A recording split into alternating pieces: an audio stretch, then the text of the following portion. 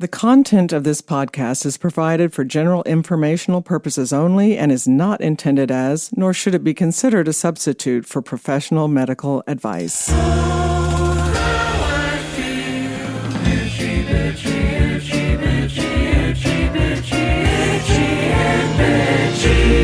Hello, this is Karen Nickel, family nurse practitioner, and you are listening to Itchy and Bitchy, a podcast that provides answers to your many unanswered health questions. I have spoken to many of you listeners out there about the comprehensive online course I've created to help address the perimenopausal symptoms that so many women experience in their 30s, 40s, and early 50s. It has been an absolute joy to have the opportunity to get to know some of you wonderful listeners. I would love to have the chance to talk to more of you about the course to see if it is the right fit for you. There is a link on our website, itchyandbitchy.com, and our Facebook page, IMB Podcast, where you can schedule an appointment for a Zoom call with me.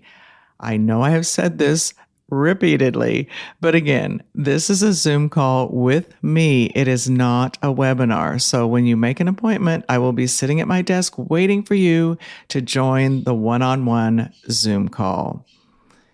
This podcast, which was first named Sweaty and Pissed, then transitioned to the name Itchy and Bitchy, started in the fall of 2018. To celebrate our 5th anniversary, I would like to share portions of 2 episodes that we did in our first month of doing the podcast. I remember that when Forrest Wenzel, our producer then and now, told us we had 500 downloads, we were jumping for joy. We both exclaimed, "There are 500 people who are listening to us."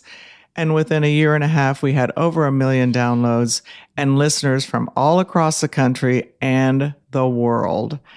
I think that rapid growth was due to 2 factors. One, Leanne is just hysterical.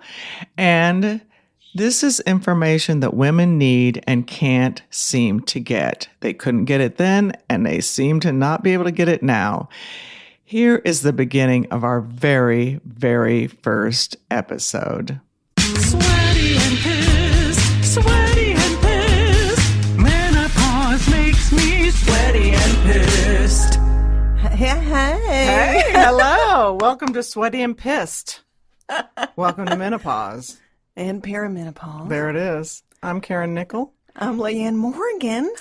And I am a nurse practitioner, family nurse practitioner, practicing in a private primary care practice. And Leanne, you are? A professional comedian. You are. But Karen, you're also an opera singer. Oh, that's right. That's another profession I had. And when we met, you said I was an opera singer and I had a baby and I didn't want to raise him around a bunch of old opera singers. I thought that was so funny. It's true. I know. So here we ended up in this here East Tennessee town. Oh, Karen. Love it. You love it now. I do.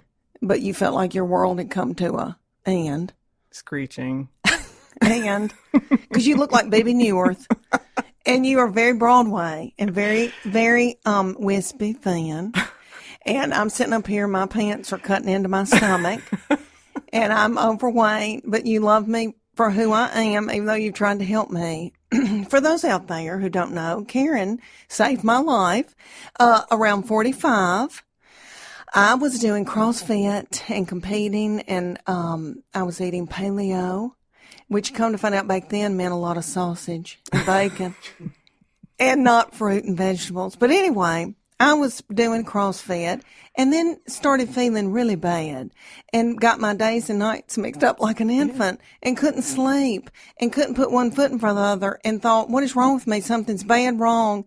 And so I had a bunch of little kids and I was taking them all to get braces.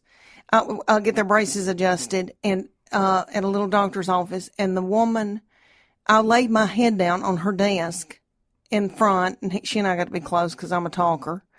And I said, something's bad wrong with me. I'm worried something is really bad wrong with me, and I can't put one foot in front of the other. She said, there is a woman that is saving people's lives, but you can't get in, Leanne.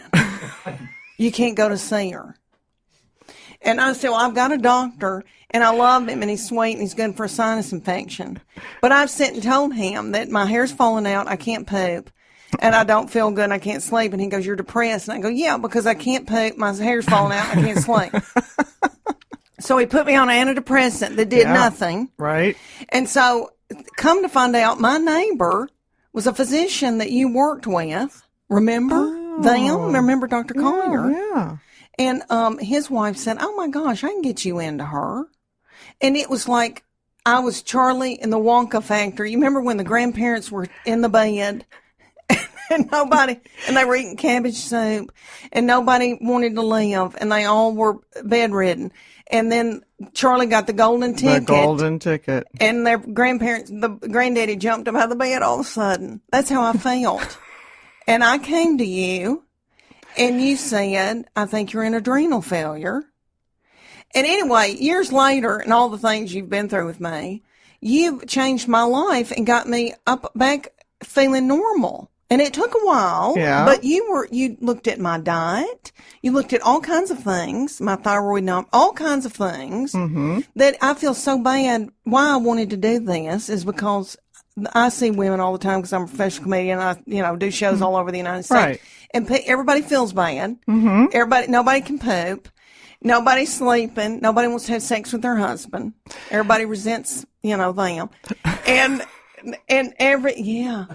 and everybody feels fat, yes. and everybody's skin looks bad. All kinds of things. Everybody's got plantar fasciitis. There's a million things. Right. Yeah. And you look at all these, you were the first person to listen to me, and you think outside the box. Well, a lot of my patient population are people who are well people who don't feel well. Karen. I know. So really? Yeah. Okay. So when they get regular tests at their physical, they're told everything's fine. You're fine. You shouldn't feel this way. Mm-hmm. But there are ways to make well people feel well. And there are ways to find out what those missing pieces of the puzzle are. And it's that simple. And you solve puzzles. Puzzles. I know you do, because my precious little doctor that was good with the sinus infection would just look at me in a stare. And there was a thing on his wall that said thyroid. If you have low thyroid, these are and I had all those things just sitting up there, fat as mud. My hair thinning, like when I used to breastfeed. Yeah. And I couldn't poop, and I hate to say that, and there's two beautiful men in here with us right now, and they have to hear about my bowel movements. I know. But I could not poop, and I thought, I told him something is bad, and he just could not. He goes, no, you're just depressed, you don't feel good, blah, blah, blah. It's your time of life. Also, I think that not so much, I don't want to say just men, but in the medical field, they didn't teach people how to deal with menopause. They just say, your mama had to go through it, you're going to have to go through it. Somebody said that to my sister in Nashville. Like the people who delivered Winona Judd's babies, like there's valet. And they said to her, Valet this OB? sucks. Yeah. And wow. they delivered Reba McEntire's baby. And they were like, this sucks and it's going to suck and I'm so Too sorry. bad. Too bad, so sad. Yeah. They've never done a thing for her. Good luck to She's everybody tried else. to take all my supplements that you've given me. And I said, Beth, I don't know if your numbers are the same as mine. Yeah. Yeah, because you had a lot of things going on. You had gluten intolerance that was undiagnosed. Are we eating gluten-free, Leanne? Yeah, well, I'm really trying to, I'm not on it right now. Let me explain that gluten is somewhat like heroin. Yes. And I was on a gluten tear and I started having plantar fasciitis. Mm-hmm. And I came into you and you said, well, you got a gluten thing. I spit in something, you sent it off. And to Washington State, where everybody's hip. Where everybody spits. And, and you said you've got a gluten thing. So remember, I was gung-ho, went gluten-free, and you said this, don't start eating a bunch of gluten-free cookies, Leanne, you'll be fatter than mud. And you said, try to just eat lean meats, fruits, vegetables, nuts, berries, and seeds. Yeah. And what God put upon this earth to sustain us. And I did, and I lost about 20 pounds, and my joints felt better. Indeed.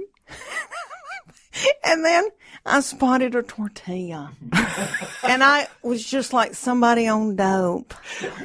And I got hooked on all that again. And then, I've been rebellious, and I'm so sorry. That's okay. And let me say, every time I go in to see you, I've apologized. And it takes about 5 minutes for me to ask for forgiveness.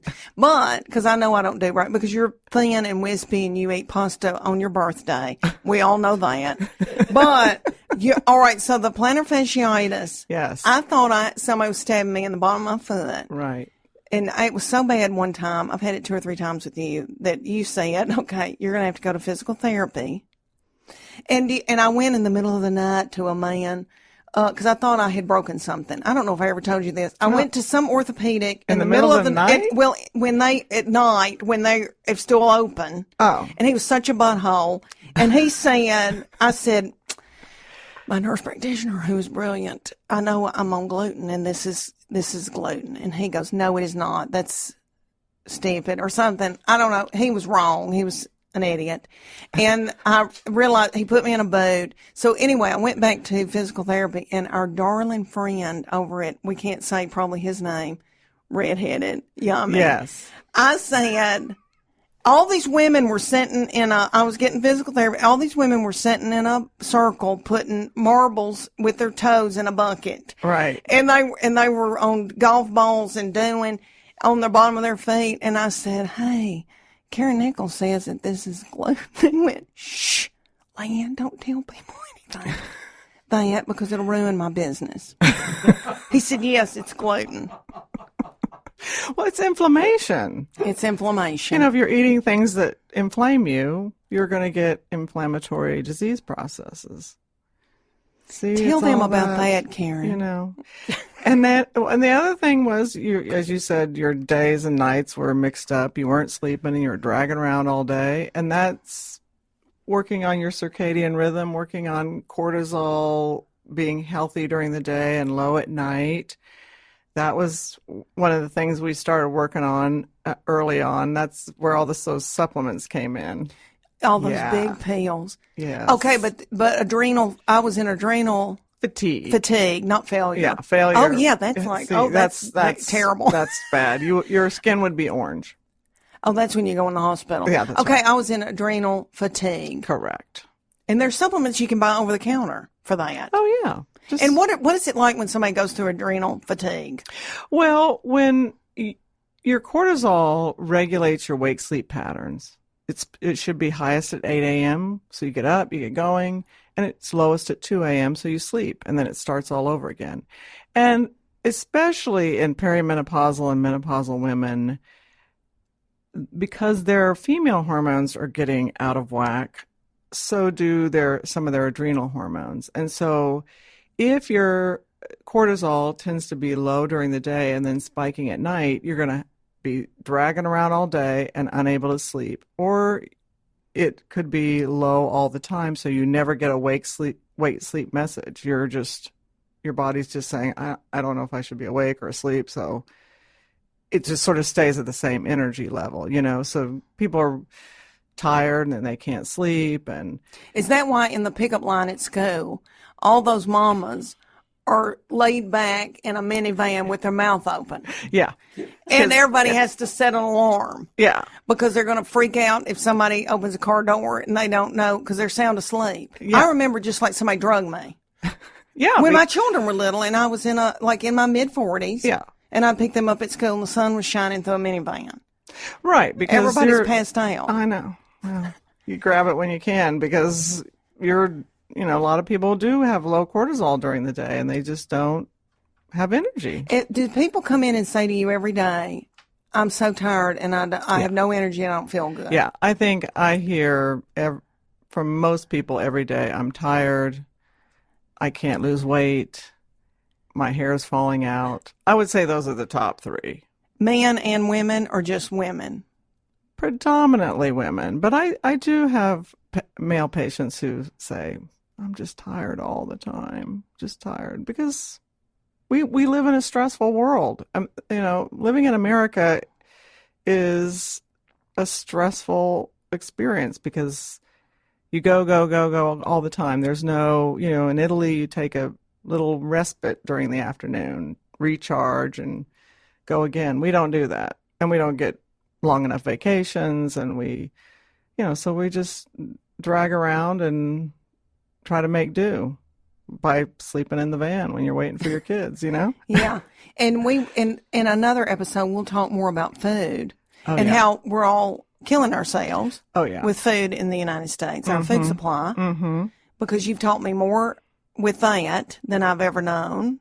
Well, one of the things too about when you look at menopause and how that is experienced by women of other countries, like places like Japan and India, where they have mostly a plant-based diet, they have very few menopausal symptoms because they're not eating meat and they're eating a lot of what we call phytoestrogens, plant-based estrogens.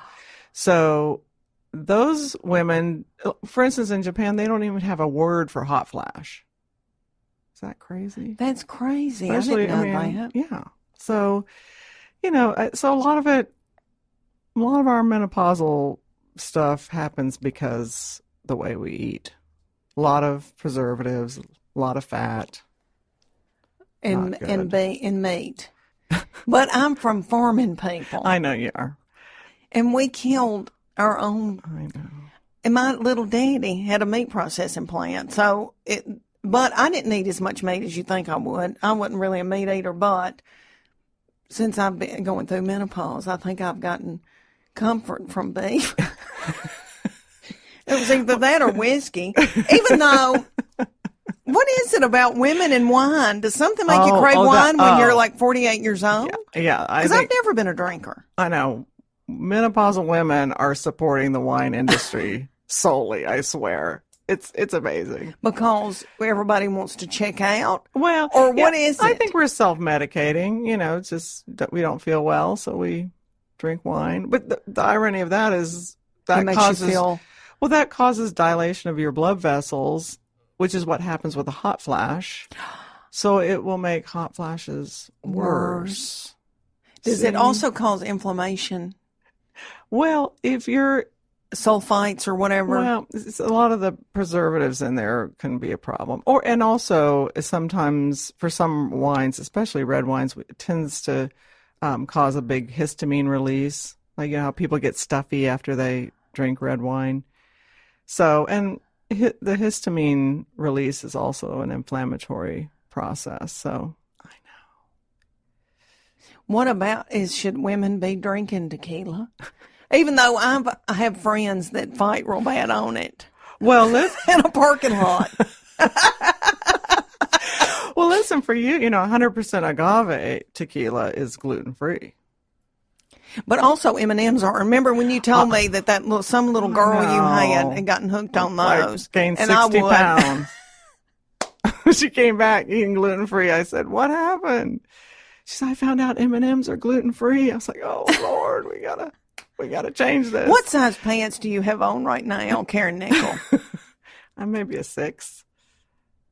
They look like they're a 2. Well. And they're hanging on you. On top of that, I've got on, I'm not going to say what I've got on. Let me say that I've got on Loft, which ought to tell you that I've hit a bad place. Not that Loft's not precious. It is. But they give you some stretch. But you are like a wispy mannequin. But take me through, because I've asked you this in the office. Yeah. What do you eat? Because you don't have bad menopause symptoms, do you? No, but I'm on hormone replacement too, so that. Oh, and we're helps. going to talk about that too. Oh, yeah. We're going to talk about that on a future episode. Yes. We've got maybe 500 episodes. 500 minimally. That we're going to talk about all this. Yeah.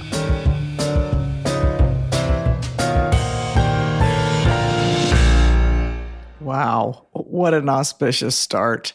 We were chatting it up while our producer, Forrest, is trying to keep us on track in terms of the length of the episode.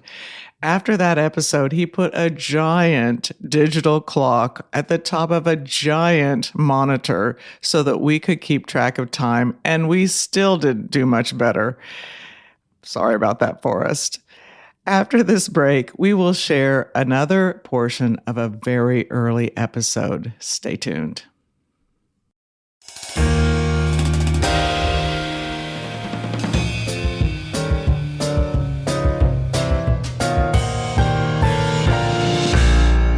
welcome back.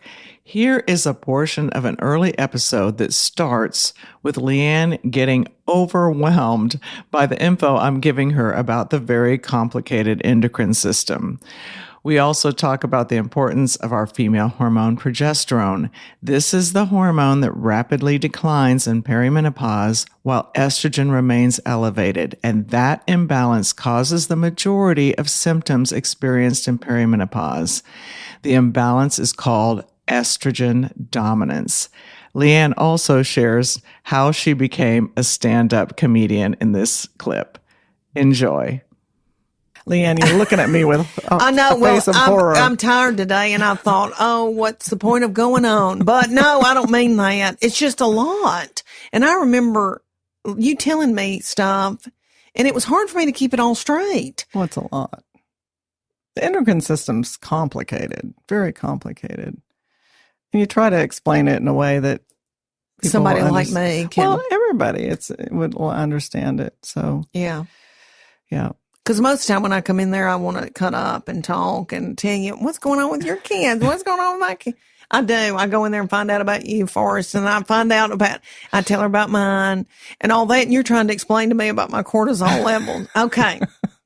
Okay. So what's the next thing? Progesterone? Yeah. So progesterone we want to replace. Because that's a good one. That's the good one. Sleep makes you promoting, Yes. mood stabilizing, increases sex drive, helps get rid of retained fluid. And, when we replace progesterone, it's really sort of hard to overdose progesterone because when we're pregnant, and a lot of people feel their best when they're pregnant, it's because we're making about 400 milligrams of progesterone a day. So people are sort of bathed in progesterone during that time. All right. Here's an example. Okay. I had my last baby up in Morristown. I'm at Morristown, Tennessee, in the middle of nowhere where my husband's from. And I had a nurse practitioner who said to me, Leanne, the last thing you need to do is get pregnant with another baby because I had 3 babies in 4.5 years. She put me on progesterone only birth control because I was breastfeeding. Oh. And I made casseroles and Jell-O salads for everybody in Morristown. I had 3 babies under the age of 4.5. I've never felt as good in my life, and I have yearned for that feeling ever since. But when I weaned my last baby, I had to go off of it because I had to have some kind of birth control that had more reliable. Yeah. So, but I was on that progesterone only, and I've never felt as good in my life. And I think I did it with their daddy, and he probably bought me presents. And everybody, and he was happier, and he wasn't as much of a butthole because he was doing it. And then the kids, everybody was sleeping good. I had more friends that I cooked for. And think about it, and cook for my own family. It was crazy. With tiny children in the house. Tiny children, and then that all bottomed out, and then I felt, like hell. But anyway, okay, so that's what was going on with me. So how old were you when you had your third child? 32. Yeah. So sometimes having the second or third child in the mid-30s when you start perimenopause anyway is sort of a double whammy. Because, after you have a baby, your hormones just crash, and you lose all your hair because progesterone keeps your hair from falling out. That's why women have such great hair during pregnancy. They don't and then you lose it hair. right at your temples. Yes. When you nurse. You get the Queen Elizabeth look.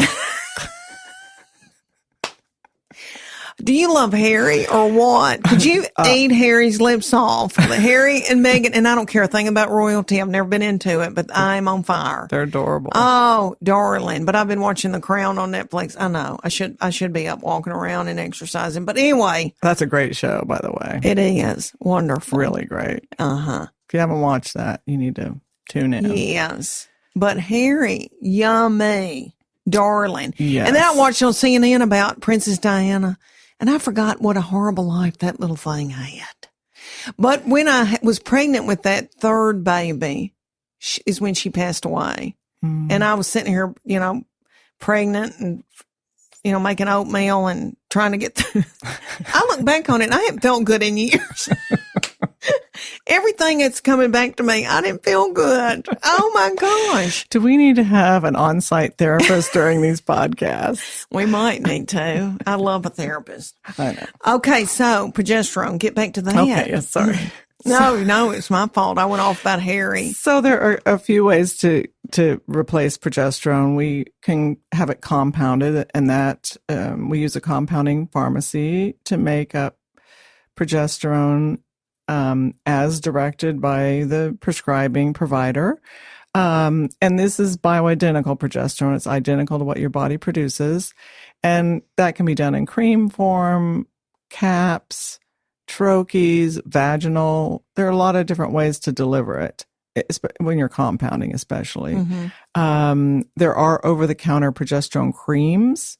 And I think I mentioned in a previous episode that we'll post a website link for you to click on and get a list of companies who are making progesterone creams that have reliable dosing, which is important because you don't want to goof up your hormones and have the wrong milligram in the amount of cream you're using.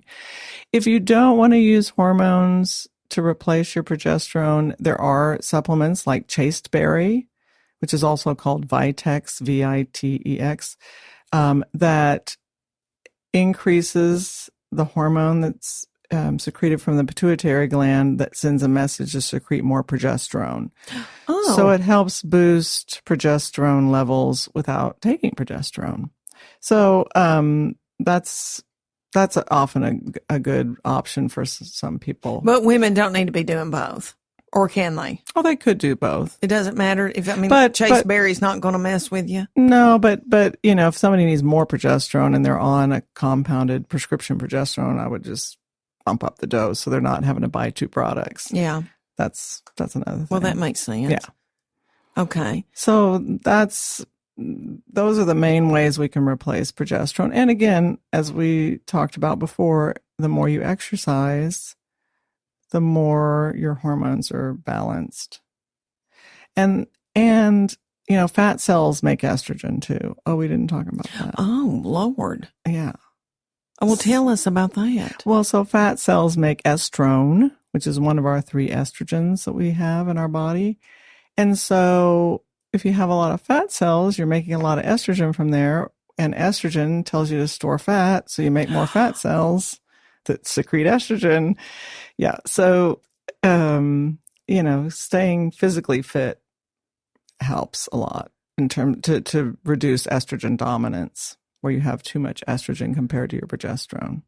Oh, if I could go back in time, I would do better. Because I know that helps. I know it does. It is easier to do the correction, in your 30s. Like if you had some help right after your last baby, that, we might have avoided the... Curtailed this. That's right. I look back there, I'll find pictures of me after second and third babies, and I don't think, bless her heart, I mean, my roots are down to my ears. I didn't get my hair done. I was heavy looking, bloated looking. I look back and I think, God love her. I will help my girls where they don't have to go through that, because I was by myself. My husband worked all the time, and I don't know how. I mean, you just do what you can to get through. Yeah. And were you living in Bean Station then? I was living in Morristown. Okay. And not in Bean Station. We lived in Bean Station before I started having the children. And then we moved to, Bean Station, Tennessee, which is beautiful, beautiful, beautiful lakes and at the foothills of the Appalachian Mountains. Mm-hmm. But I was a lonely person. Mm-hmm. And that's when I started selling jewelry. I had a degree from the University of Tennessee, but I started selling jewelry to get out and be with women at night because Chuck doesn't talk. And he was working all the time. He's an overachiever and workaholic. So I got out and started. One of my friends said, "Leanne, I sell this line of jewelry. I don't even care about jewelry. Look, I don't even have jewelry out. I don't care."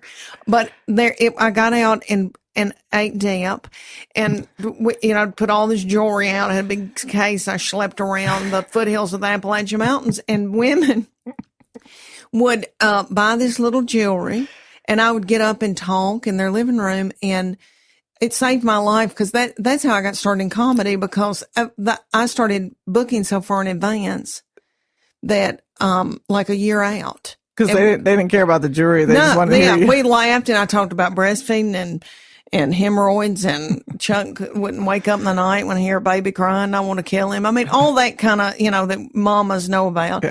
And so I booked parties throughout East Tennessee, and the company noticed and started asking me to speak at their big national things. So that, and regional things like at Opryland Hotel in Nashville. And then I went to, Dallas, and people would say to me, you need to be a stand-up comedian. And that's how I got started. But it was, so you got to ditch the case of jewelry. Yeah. But that happened over time. Yeah. I schlepped that around with the second baby. By the third pregnancy, I was like, I can't be schlepping any jewelry around. And I did not really start comedy till my baby was a year old, when I started getting paid and going and doing, and really didn't know what I was doing. There were no clubs, but that got me through a hard time because I was able to get out and be with people that were going through the same thing I was going through. And so anyway, that's how that happened. I think that's interesting that you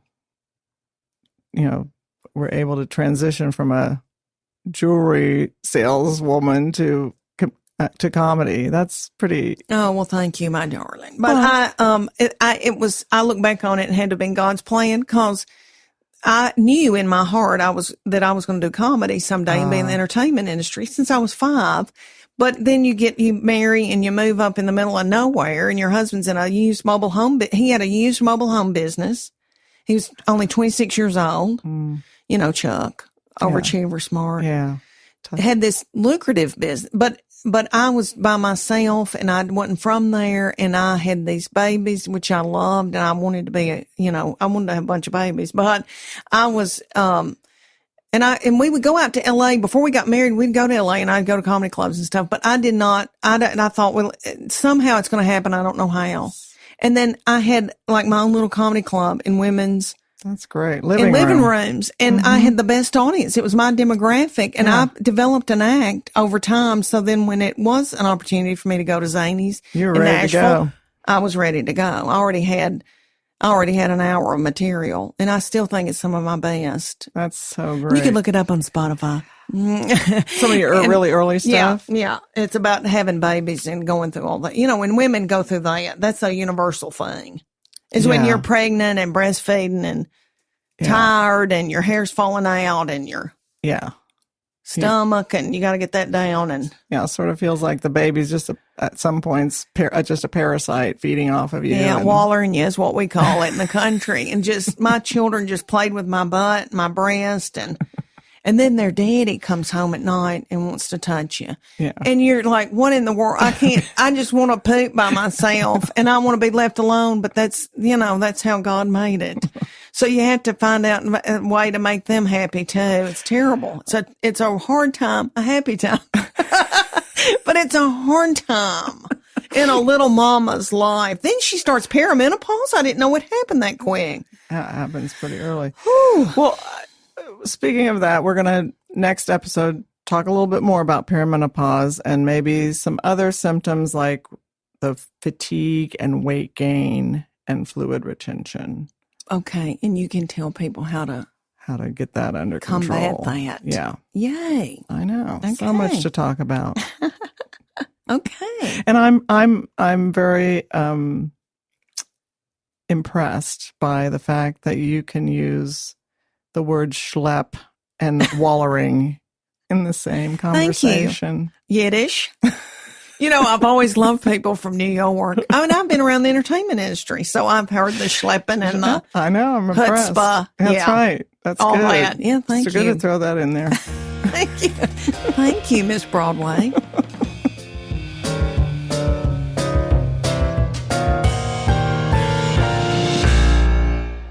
Thank you for tuning in. I had fun reminiscing about our beginnings, and I hope you did too.